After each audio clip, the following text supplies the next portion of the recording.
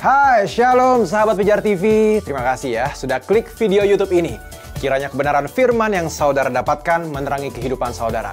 Nah, untuk dapat menyaksikan video-video lainnya dan mendapatkan update dengan cepat, saudara bisa dan harus klik subscribe. Dan jangan lupa, berkat Tuhan jangan disimpan sendiri dong. Klik tombol share di bawah ini dan bagikan video ke sebanyak-banyaknya orang yang saudara kenal. Salam terang bagi Indonesia.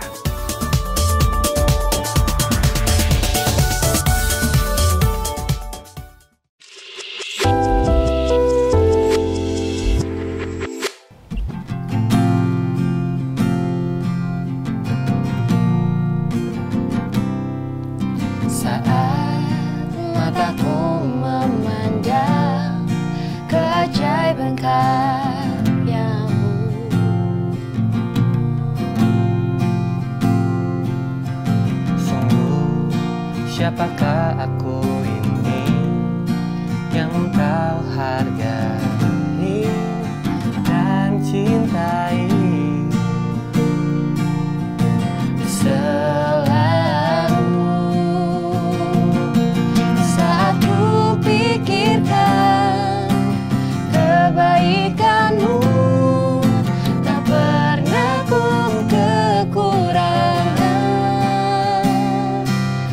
Saat ku renungkan kesetiaanmu, esok kan ku jelang tanpa keraguan, setia kan terus ada.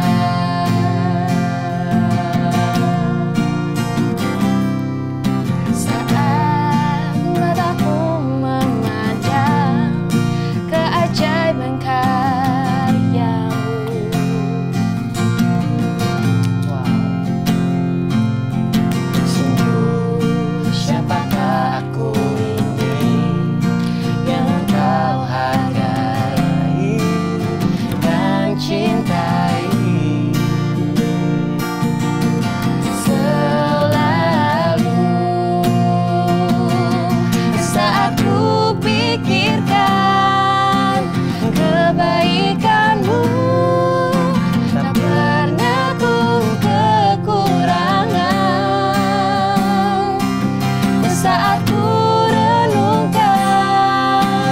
kesetiaanmu, esok kan ku jelang tanpa keraguan, setia kan terus ada. Saat ku pikirkan kebaikanmu, tak pernah ku kekurangan. Saat ku kesetiaanmu, esok kan ku jelang tanpa keraguan, setia kan terus ada. Esok kan ku jelang tanpa keraguan, setia kan terus ada. Sediakan terus ada.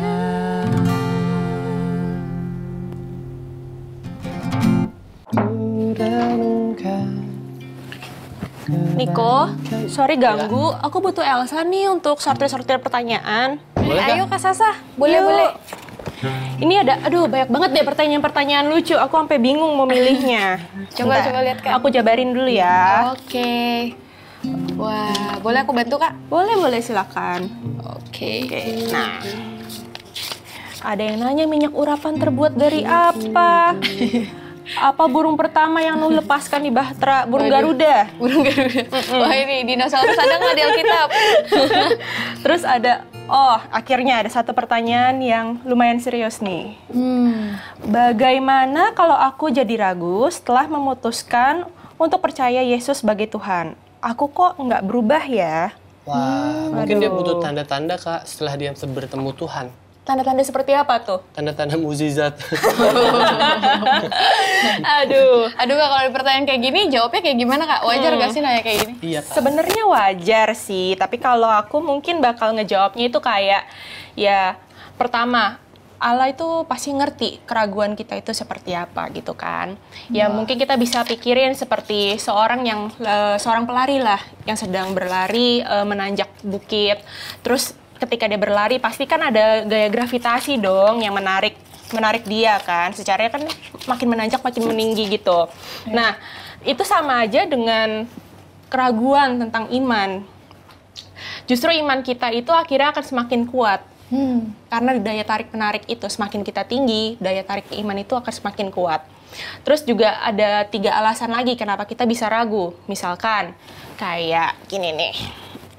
Kan tadi yang pertama itu Allah lah yang paling tinggi kan. Allah pasti udah mengerti keraguan kita. Lalu ada lagi yang pertama itu adalah kita mengetahui kebenaran di benak kita. Tapi dalam hati kita itu sulit untuk percaya sepenuhnya dengan Allah. Berarti kan kita bisa anggap sebagai kita mengetahui kebenaran tapi masih ada kesulitan.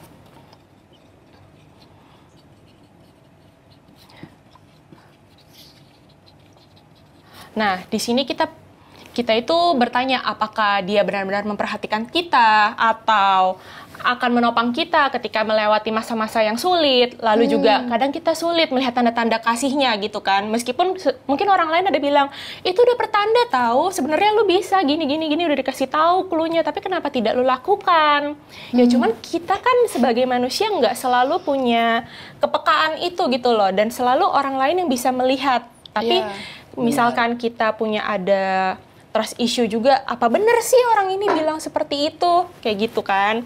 Nah, terus makanya kita bisa bilang kayak gini, kalau misalkan saya sudah mempunyai iman, tetapi tolonglah agar saya mempunyai iman yang lebih besar lagi, untuk kita dikuatkan lagi.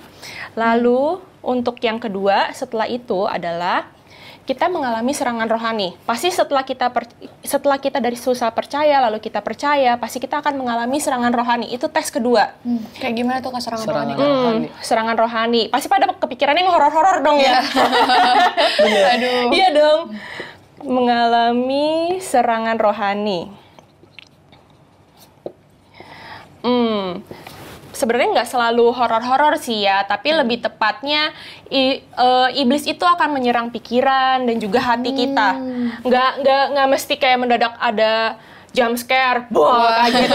No, nggak selalu seperti itu. Tapi bisa aja jadi ada perasaan iri lah, dengki lah, lalu juga kenapa sih kok dia bisa lebih cantik dari gue ya? Padahal skincare gue udah mahal nih, dari Korea semua ya, gitu, dari branded mana gitu kan. Bisa seperti itu. Lalu kita harus tahu setelah kita mengalami serangan itu, respon apa yang tepat. Kita harus menyikapinya seperti apa. Nah, dari situ kita harus gunakan pedang roh kita, yaitu Alkitab. Nah, mintalah orang-orang untuk mendoakanmu juga, misalkan ke pendeta kalian, atau misalkan kalian di komsel-komsel ada yang senior-senior kalian yang kalian percaya, dan memang ketika dia mendoakan kayaknya aduh nyerap banget deh di hati gue gitu loh, terus malamnya mimpi indah, besok pagi langsung berbunga-bunga. Manjur banget ya Kak doanya. Iya, manjur banget. Pokoknya lakukanlah pertempuran iman yang terbaik yang bisa kalian berikan, seperti itu. Lalu poin yang ketiga setelah itu adalah kita pasti setelahnya, misalkan setelah ini semua dilalui, pasti kan kita tidak langsung puas dong. Pasti ada pertanyaan-pertanyaan lagi yang belum terjawab. Kita memiliki pertanyaan yang belum terjawab.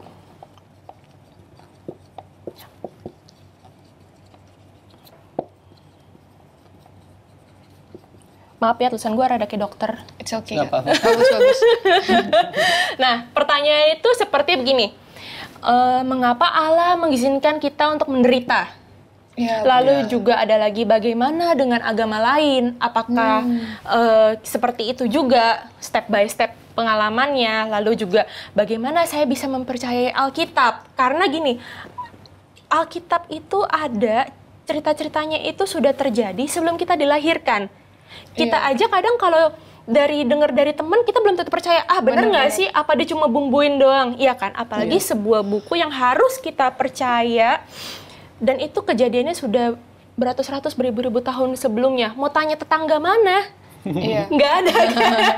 Betul. Iya kan, nggak mungkin gitu loh. Tanya nenek moyang pun juga mereka belum lahir semua, iya kan? Terus juga ada lagi misalkan pertanyaan-pertanyaan, ya pokoknya yang berbau-bau keraguan lah untuk next step berikutnya. Nah, ini adalah pertanyaan-pertanyaan nyata, tapi ada jawaban juga yang tegas untuk semua itu. Jadi, jangan hanya cari tahu apa yang kamu percaya, tapi juga kamu harus temukan kenapa dan mengapa kamu percaya. Iya. Kamu harus punya fondasinya terlebih dahulu. Nah, kalau kamu sungguh-sungguh, kamu akan menemukan sebagian besar semua jawaban itu. Entah kamu menemukannya dari kehidupan sehari-hari lah, atau mungkin mendadak lagi ketemu sama teman terus ngobrol yang agak mendalam gitu ya, tentang keluh kesah lah, curcol lah, terus ternyata temenmu juga mengalami hal tersebut dan jelasin, oh iya kemarin gue juga ada masalah A, B, C, dan ternyata gue bisa loh ngelaluinnya dengan minta tolong ke siapa, kayak gitu. Terus juga misalkan pokoknya kamu akan menemukan sebagian besar jawaban atas pertanyaan-pertanyaanmu karena Alkitab adalah buku yang secara historis dapat diandalkan. Lalu Yesus hidup dan mati dan bangkit dari kematian untuk hidup lagi, dan ada jutaan orang yang secara pribadi mengalami Yesus yang nyata dalam hidup mereka selama lebih dari 2000 tahun. Seperti itu. Wow. Kak, terus gimana dong caranya kalau misalnya yang buat kita ragu adalah ketika kita udah percaya tapi kita dapat penolakan dari orang tua, dari saudara, dari teman-teman kita yang dekat. Mungkin bisa aja mereka sering nyalain keputusan kita nih. Dan buat kita jadi ngerasa kok katanya kalau ikut Tuhan akan diberkati segala macam, tapi kok malah susah gitu Kak, lebih susah. Gimana respon kita tuh Kak? Gini, setiap orang tua pasti juga pernah mengalami masa-masa kelam dalam hidupnya gitu, dan ketika dia melakukan suatu penolakan, pasti ada boundaries yang terlewat, boundaries zona nyaman yang terlewat dari dirinya, sehingga dia ingin kayak menunjukkan rasa marah lah, gelisah lah, tidak nyaman lah. Nah, kamu harus tahu dulu kenapa dia melakukan hal-hal seperti itu terhadap kalian yang ingin percaya gitu kan. Dan mungkin bisa aja kayak misalkan masa lalunya dia pernah disakiti oleh orang-orang dengan golongan tertentu, atau mungkin ternyata dia menjadi minoritas di satu lokasi, entah di tempat kerjanya atau mungkin di tempat sekolahnya dulu. Dan hal-hal seperti itu kan nggak bisa kita pungkirin ya. Dan setelah kalian tahu, kalian juga harus memberi penjelasan. Enggak kok, Ma, Pa, atau kakak, adik, om, tante. Kita tuh percaya terhadap Yesus tuh karena Yesus sudah mengorbankan dirinya lalu bangkit lagi untuk kita mengampuni dosa-dosa kita, seperti itu. Lalu setelah itu juga kalian harus ingat lagi 3 poin yang tadi. Setelah step pertama, step 2, step 3, itu semuanya tidak ada yang indah. Semuanya ada batu sandungannya tersendiri. Dan itu adalah pertanda kalau misalkan setiap kali kita ingin naik kelas, ingin naik satu step tangga yang lebih dekat dengan dirinya, mengenal dirinya, pasti ada tantangan. Seperti gravitasi tadi. Iya kan, ketika seseorang berlari mendaki bukit, seperti itu. Tapi kalau misalkan temen aku sendiri itu kayak punya masa lalu yang kelam gitu Kak, kayak mungkin yang tadi disakiti orang tuanya, terus atau mungkin dia pernah putus cinta dan lain-lain, yang bikin dia bertanya-tanya, Tuhan ada nggak sih di part-part terendah hidupnya dia gitu Kak? Aku harus ngapain tuh Kak? Tuhan tuh selalu ada, mau kamu di part tertinggi kayak mau kamu di part yang sedang-sedang saja atau di part terendah, Tuhan tuh selalu ada. Cuman itu tergantung dari perspektif kita melihatnya. Misalkan gini, ketika di part terendah, kita melihat diri kita sedang sedih dan kita selalu berasa kayak kok sendirian lah. Itu tuh udah psikologis lah, sudah umum. Ketika kita sedih, kita selalu merasa sendirian, tidak berdaya, segala macam. Tapi keberadaan Tuhan itu selalu ada di sekitar kita, dimanapun juga. Misalkan, contoh gampangnya adalah gini. Kamu lagi sedih, misalkan kamu kayak tadi, putus cinta atau apa. Nah, Tuhan bisa saja memberikan support yang tidak terlihat dari teman kamu yang mendadak tanya, hey, kamu lagi apa? Terus enggak, aku lagi di rumah aja sendirian gini. Terus akhirnya dipancing baru cerita, iya aku baru putus nih dari pacarku gini. Oh iya, kenapa, sini cerita. Itu pun sebenarnya udah support dari Tuhan. Tanpa kita lihat. Kita cuma ngeliatnya, ini teman gue yang baik. Padahal tuh Tuhan yang baik, Tuhan yang mengantarkan temanmu untuk bertanya kepadamu. Untuk nemenin kamu, kayak gitu loh. Terus juga bisa aja kayak misalkan dia baru ditolak dari lamaran kerjanya juga bisa. Nanti bisa aja misalkan dia ditolak, terus ternyata dia pulang, selama perjalanan pulang dia melihat hal-hal yang indah. Karena kan pasti kalau misalkan kita abis ditolak dari pekerjaan, terus kita pasti naik angkutan umum atau kayak gimana, terus kita pasti ada momen ngelamun di jendela dong. Betul. Kenapa sih kok bisa ditolak dari pekerjaan gue gitu kan? Gue udah ngelamar kok ditolak, tapi tanpa sadar kamu ngelewatin beberapa scenery yang kamu nggak pernah perhatikan gitu loh, gedung-gedung di sekitar sini yang ternyata tinggi-tinggi, kok ada gedung ini ya, ada hal yang bagus. Itu juga salah satu hiburan yang diberikan oleh Tuhan untuk mengalihkan pikiranmu sejenak. Seperti itu. Elsa pernah punya pengalaman tentang itu nggak sih Kak, saat lagi sendirian terus Tuhan buktikan dia ada gitu? Pernah dong, Kak. dan beberapa kali. Contohnya adalah misal seperti ini sih. Ini agak pengalaman yang agak panjang ya. Pengalaman di mana saya bertemu dengan suami saya sekarang.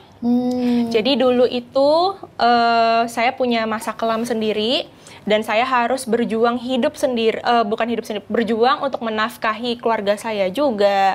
Dan waktu itu papa saya juga sakit dan juga saya punya masalah kesehatan sendiri, tapi tetap saya harus bekerja di kantor yang sebenarnya ya notabene kebanyakan udah toksik gitulah.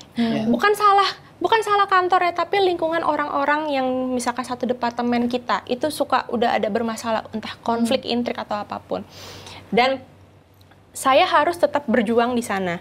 Lalu pas momen itu saya cuma berdoa, ya Tuhan, tolong bantu saya agar saya bisa keluar dari circle ini. Pertemukanlah saya dengan orang yang memang tepat. Pertemukanlah saya dengan orang yang juga bisa mempelajari dirimu lebih lagi, seperti itu. Dan itu pun saya berdoa tidak cuma satu malam lalu terkabul, tidak. Itu saya berdoa selama beberapa tahun sampai akhirnya sekarang saya bisa bertemu dengan orang yang memang bisa mengerti saya apa adanya, dan saya juga bisa berkomunikasi dengan dia dengan baik. Lalu sekarang saya juga semakin dikenalkan dengan Tuhan. Dan lebihnya lagi seperti itu. Keren banget Kak. Keren ya punya pengalaman pribadi gitu. Thank you. Kalau kalian ada pengalaman juga gimana? Iya, punya Kak. Sesi sharing nih. Iya, nggak apa-apa dong, gantian. Iya. Jadi kalau aku sendiri sih ya Kak, aku juga pernah ngalamin tuh kayak tentang kerjaan. Aku kan masih kuliah, terus ada beberapa kebutuhan yang aku ngerasa aku udah dewasa, dan kalau masih minta sama orang tua tuh udah nggak enak banget gitu kan. Udah bukannya gengsi sih, cuma kan karena tahu kebutuhan rumah juga banyak gitu kan. Jadi mengharuskan, wah aku udah merasa dewasa dan sepertinya aku harus kerja nih, kerja yang benar-benar formal. Jadi akhirnya aku ngambil satu pekerjaan dan sama circle-nya tuh toksik.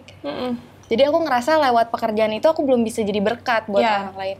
Sampai akhirnya untuk dapat pekerjaan itu kan sebenarnya sulit. Aku udah ngelamar lama, terus aku ngerasa, loh ini jawaban Tuhan bukan sih? Kok jawaban Tuhan tapi kayak gini gitu kan? Aku nggak nyaman dan segala macam. Terus akhirnya ternyata adalah aku ketemu sama orang lain dan aku ditanya untuk pindah ke satu pekerjaan yang memang fokusnya untuk melayani Tuhan. Dan disitulah aku ngerasa, wah ternyata Tuhan tuh hadir ya dalam hidup aku gitu. Bahkan dalam hal-hal yang sebenarnya nggak pernah aku pikirin gitu. Pekerjaan yang mungkin bagi orang-orang tuh nggak haruslah berdoa untuk itu gitu. Betul. Dan akhirnya dari situlah aku sadar kalau Tuhan tuh ada buat aku. Gitu Kak.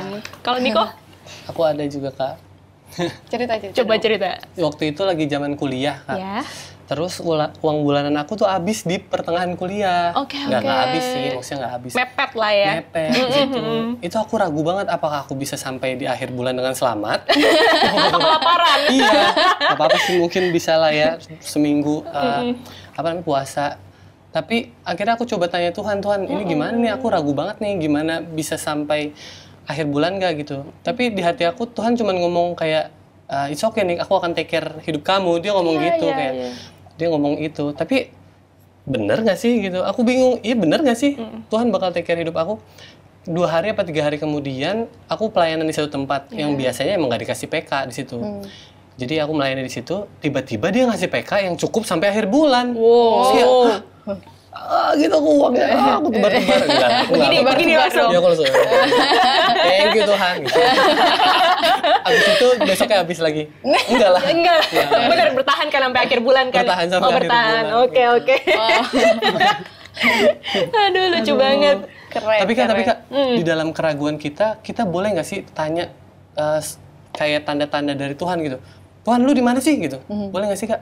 Kalau misalkan kamu tanya terus bilang saya di sini di depan kamu, kaget gak? Kaget. Nah, maksudnya mungkin tanda-tanda kayak engkau hadir nggak sih Tuhan gitu? Aku boleh nggak sih nanya gitu ke Tuhan gitu, di dalam keraguan aku? Nggak masalah, cuman harus balik lagi. Kamu harus peka dengan sekecil apapun tanda yang diberikan. Bisa aja seperti yang tadi aku jelasin, kalau kamu habis putus cinta, terus ternyata Tuhan mengirimkan temanmu untuk yang udah lama nggak bertanya, terus bertanya, hey kamu apa kabar, bla bla bla.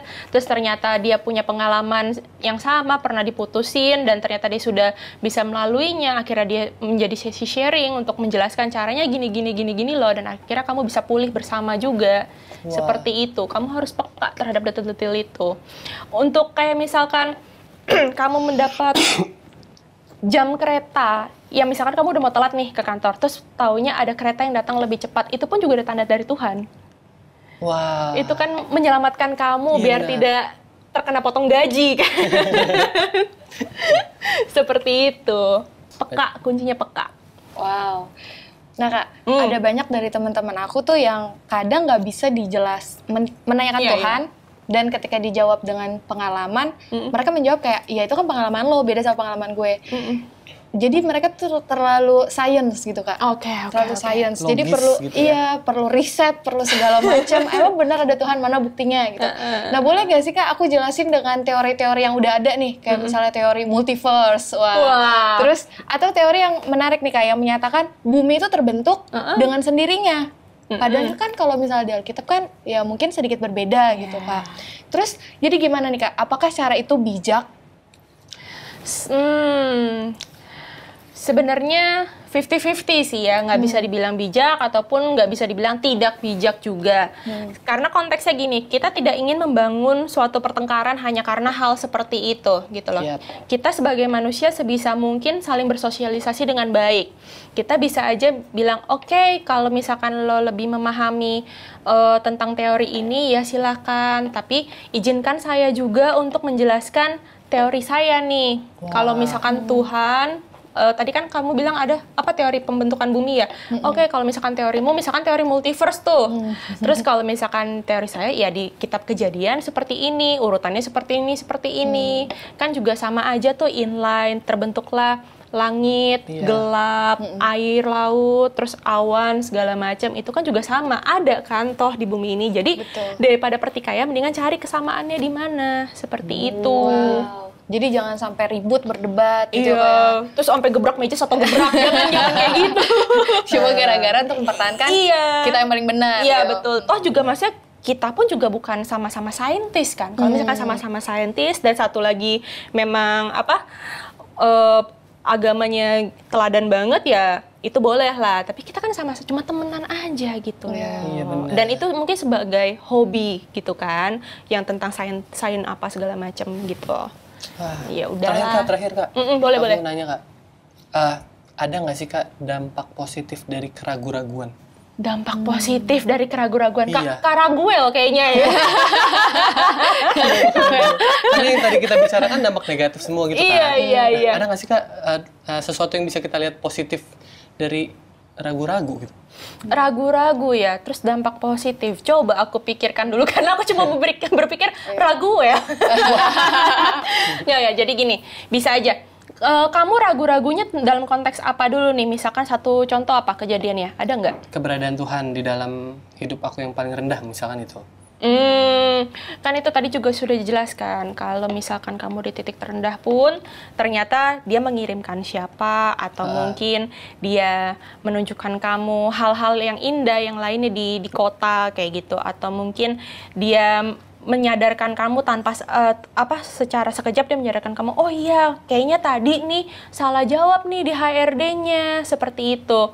Terus juga ragu-ragu lagi, misalkan aku harus pergi ke sana nggak ya atau tidak. Ternyata dia kasih sign untuk kamu tetap di rumah, dan ternyata misalkan di satu lokasi tersebut ada kecelakaan. Itu nggak apa-apa. Ragu-ragu seperti itu nggak apa-apa, asal kamu coba cerna lagi ya dalam pikiran. Tapi kalau misalkan kamu ragu-ragu dan hanya ikutin feeling saja setiap saat, kayak ini nggak yakin, ini nggak yakin, yang nggak yakin, semuanya nggak yakin, nggak bakal ada yang jadi. Jadi ragu-ragu boleh, tapi tidak di setiap saat.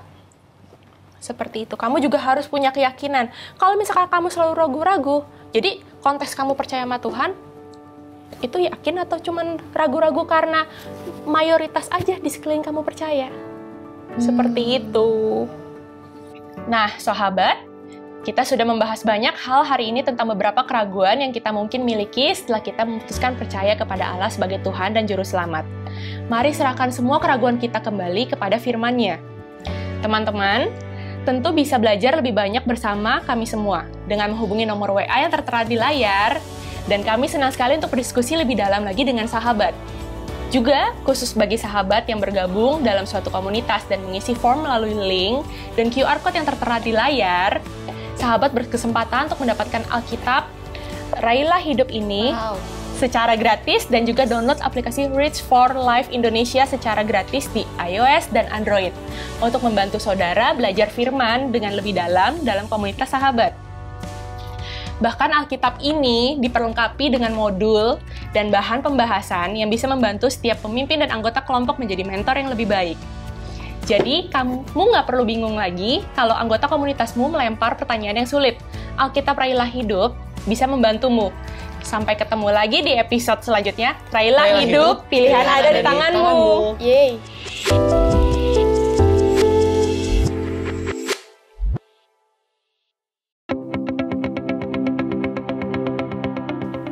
Sahabat Pijar TV, terima kasih sudah menjadi pemirsa setia program-program Pijar TV. Kami sungguh rindu agar saudara bukan saja diberkati dengan menyaksikan program-program ini, tetapi juga dapat berinteraksi dengan kami untuk berdiskusi dan bahkan didoakan melalui WhatsApp dan telepon yang tertera di layar kaca ini.